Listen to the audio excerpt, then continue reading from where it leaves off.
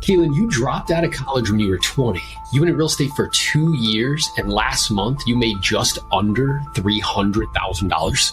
Yeah, that's right. So we came into each other's ecosystems or environments via a role play group. Is that right? About 2 years ago or so? Yeah, about 2 years ago. And you were on that role play group and you were sharing with me, you would just go in there, but you were taking furious notes. You end up having like this book of like 40 pages of objection handlers and what to say and how to say it. And then you started to deploy that in the marketplace. Can you tell our audience a little bit about kind of what caused you to get into that group and then what you were able to learn and how did you apply it? Yeah. So I was obviously early on, I was looking to get mentorship because I kind of knew that, especially playing sports my whole life, I knew that you want someone who's kind of already in a position or has been in a position that you're looking to get to.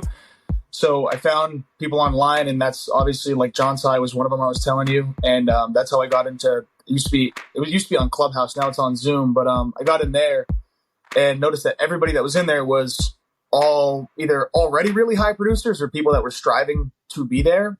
And it was just consistent role playing every day, everybody being challenged and pushed. So I was just taking notes 24/7 on all that. And then I started calling expired, started calling for sale by owners, getting the actual reps in. And I noticed tremendous improvements immediately. And I would just kept taking action. Just as many contacts with expireds and FISBOs is what I started off with as I could. And I noticed every day I would just practice chanting the scripts, role playing as much as I could. And it would just be pretty linear progress that I noticed. So it was great. Yeah, it's awesome. And how much of that do you think, because I know your background a little bit, I've gotten to know you over time, how much of that came from this mental map of, being an athlete? Because I know you were, playing football at a high level and collegiately, where you were like, hey, I'm used to this kind of idea of a coach. I'm used to this idea of a guide and putting in reps and putting in practice. How much of that do you think has attributed to you being able to acquire this information? Well, first of all, seek it out, but then second, like apply it, put in the reps, and then, begin to deploy it.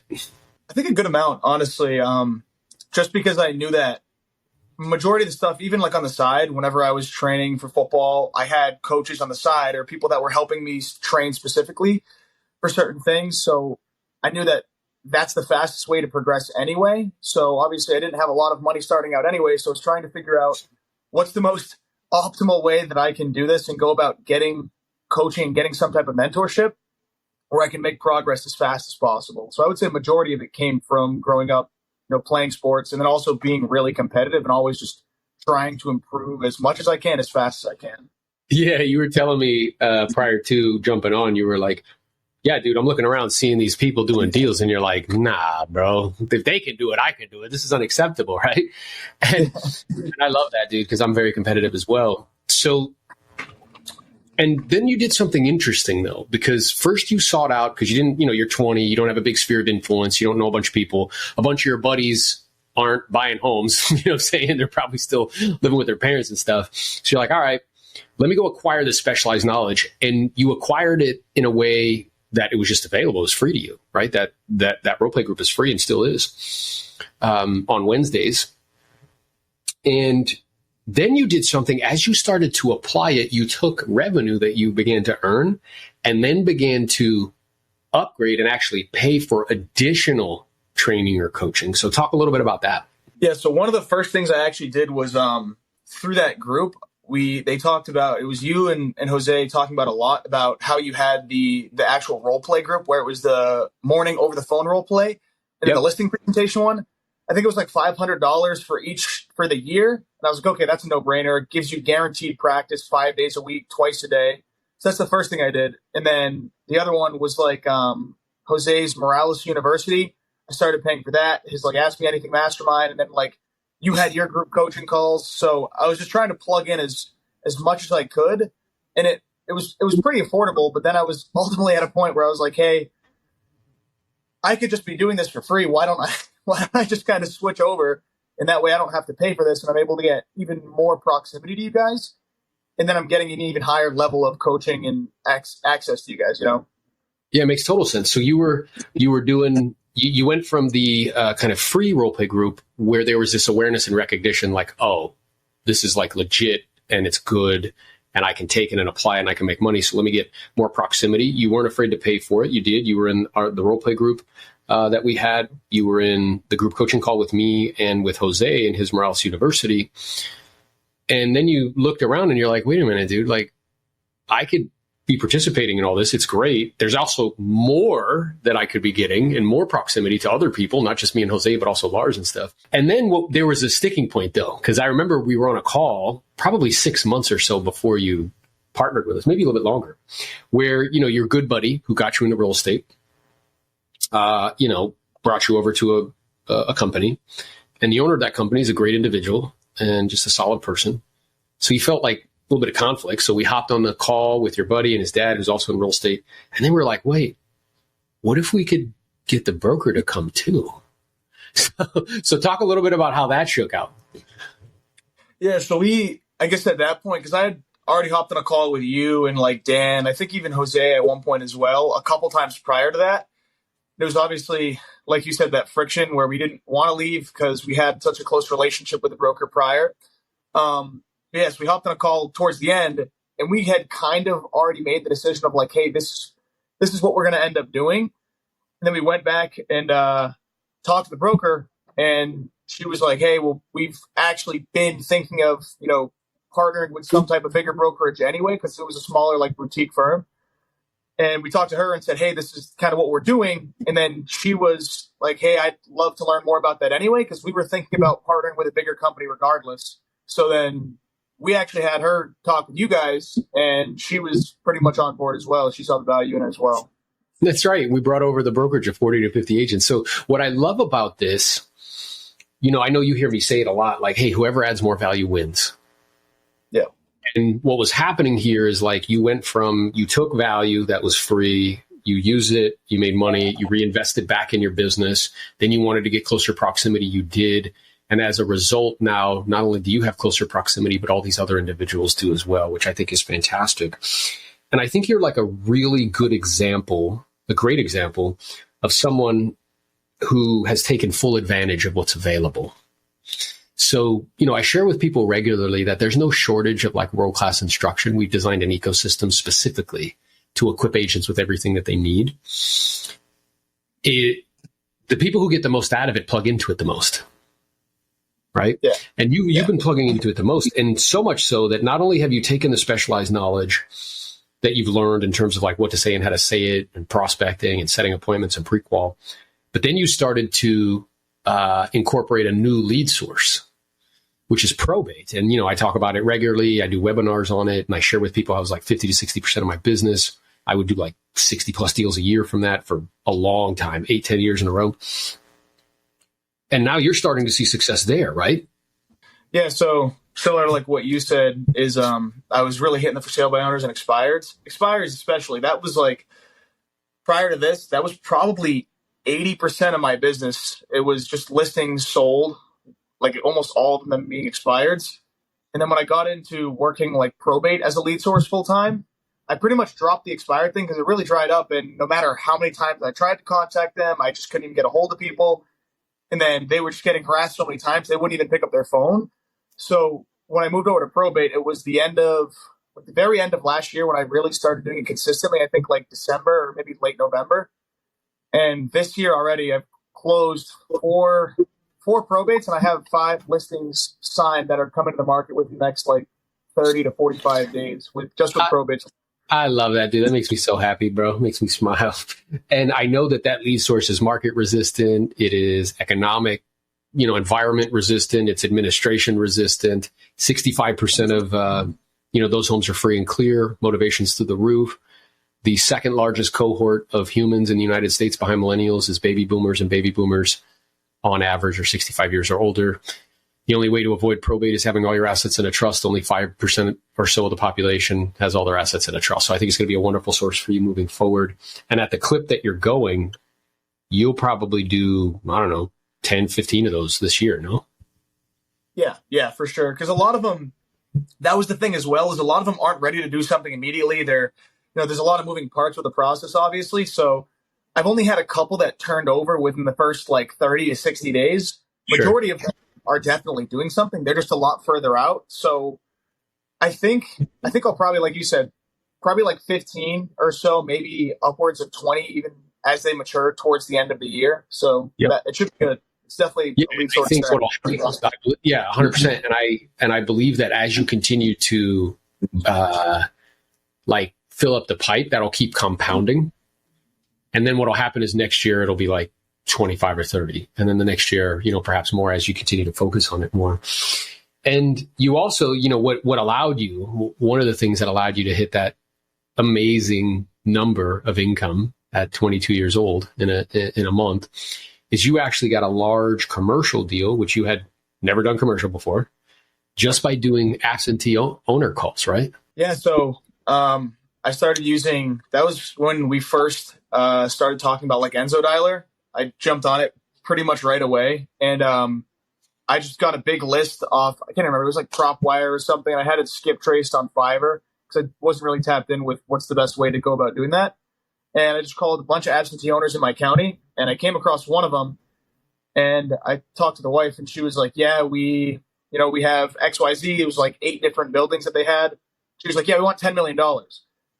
Obviously, I didn't really have much information about, what the condition was, how many units, like what the income or anything was. So I was just like, okay, and just went right into motivation. And then I ended up trying to do it off market with them. And then we got majority of it sold off market and some on market. But then a lot of it came from just the fact that I didn't dismiss her when she said $10 million. And she even told me that later. Hey, you were the only person that didn't dismiss us when we said we want $10 million. So that's the reason why we decided to have a conversation with you. Isn't that wild? For that and that alone, I think that's fantastic. Well, and the other thing, again, because success leaves clues, for those that are listening, you weren't afraid. Like I find that the people that produce the most favorable outcomes, they implement very fast. So you heard me talk about the Enzo Dialer, which I've been talking about now for, I don't even know how long, a couple of years. And you implemented it right away. You didn't suck your thumb. You didn't wait. You just implemented it. And you're like, yeah, we'll figure it out. And it's a superior tool in the sense that how many contacts it can make in such a short period of time. You started to utilize it. You bumped into this lady. And then you were able to use the skills that you've learned through all the role play and practice. When she said 10 million, you're like, okay.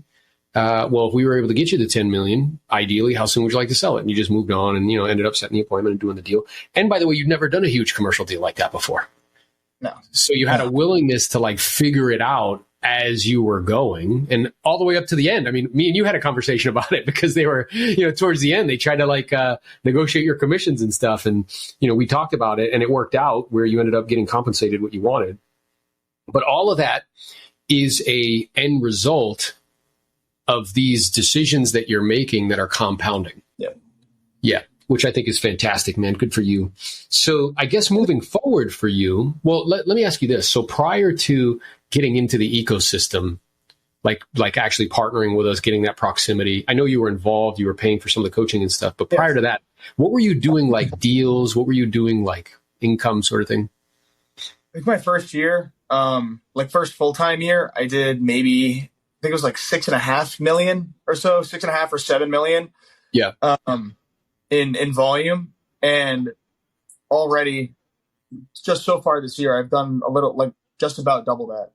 Yeah, which is fantastic, dude. So you're on track this year to like 3x, 4x volume. Yeah. The goal for this year was 20 million. But I think that obviously I was just talking to Dan the other day about that on one of his calls, is that I bumped it up to 25 for the goal for this year.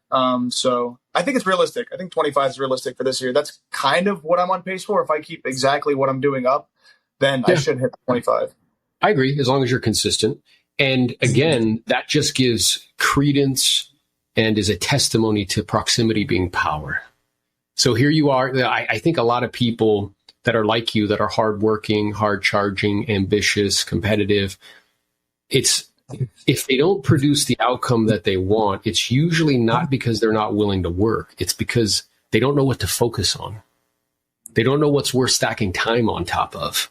Because like you can work hard, but if you're working hard on the wrong things, like it doesn't really matter, right? So you continuing to get that proximity is really feeding you with like, hey, this is what I need to focus on. And then you're doing the work of applying it and you're getting the outcomes, which I think is amazing and awesome.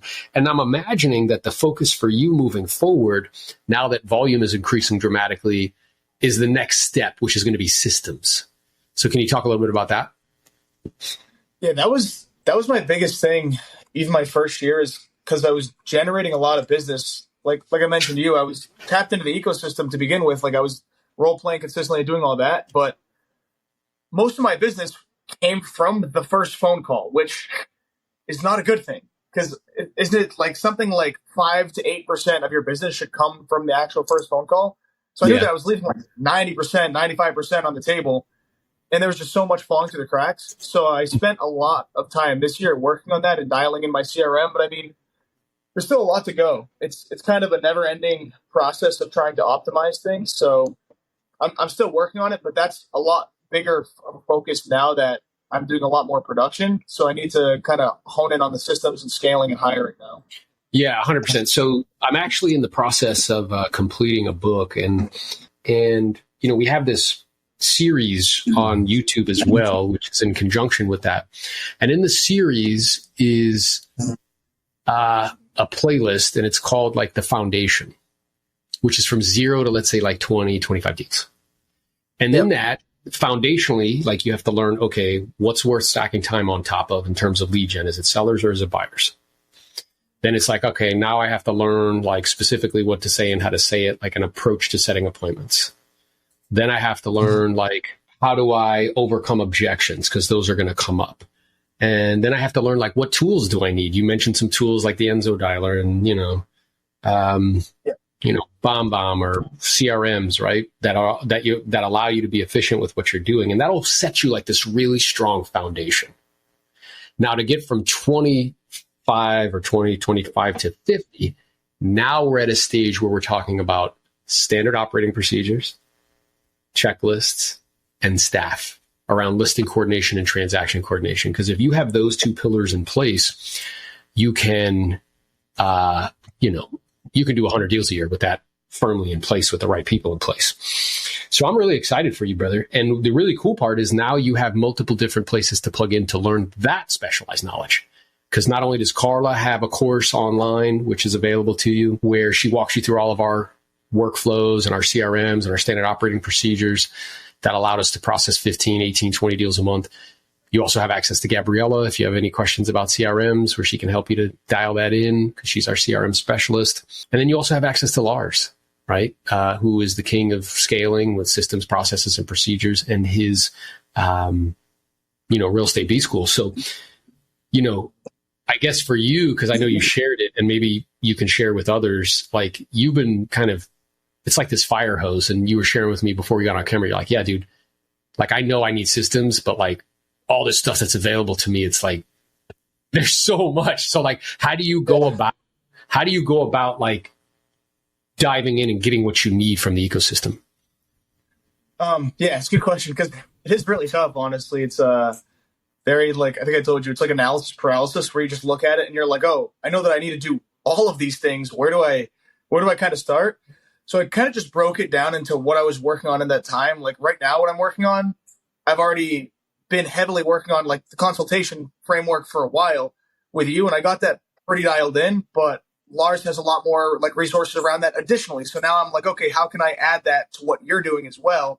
Right. And like just kind of trying to morph it into one and just optimize one thing at a time. So as like hard as it is, I kind of have to like put the blinders on to everything else and be like, all right, I'm just working on this one thing for now. And no matter what comes up with the other stuff, I know that I'm just focusing on this, like just keeping tunnel vision on this one thing. Yeah, I think that's great. And it's a combination of like on demand, but then you can check in and ask me, ask Jose, or ask Lars. So you have the on demand stuff, whether it be B School or Morales University or my online course library. And then whenever you have a question or need help, you just jump on one of our group calls and ask the question, or you can just reach out to me because we're partnered now and I'll answer it immediately. And then you just go about your business and move on. Yeah, exactly. Yeah, that's dope, man. Well, I'm super excited for you. I know I sent you a text. I was like, hey, bro, just, you got to pay taxes, bro. So make sure you put some aside. You're like, yeah. Yeah. because that's a bunch of money to make at one time. Like, it's not all yours yet, but I'm super excited for you. I really do think that you are a testimony to the ecosystem.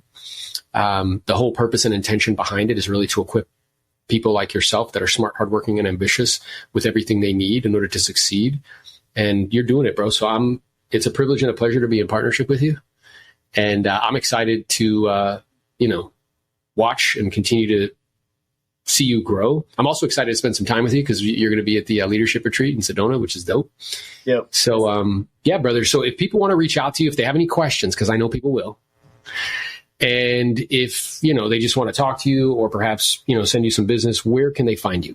You could reach out to me at Sold by Keelan on Instagram, or you can reach me at my cell, 774-214-6114. That's usually the easiest way to reach me. So yeah, if there's any questions or anything, I'm more than happy to answer them if I'm able to. Yeah, or he can connect you with somebody who can give you the answers. But he's a real exactly. boy. He's a good dude. He knows what he's doing. He's been dialed in. Continue to dial in. So let's go. Let's grow, brother. Look forward to connecting with you soon.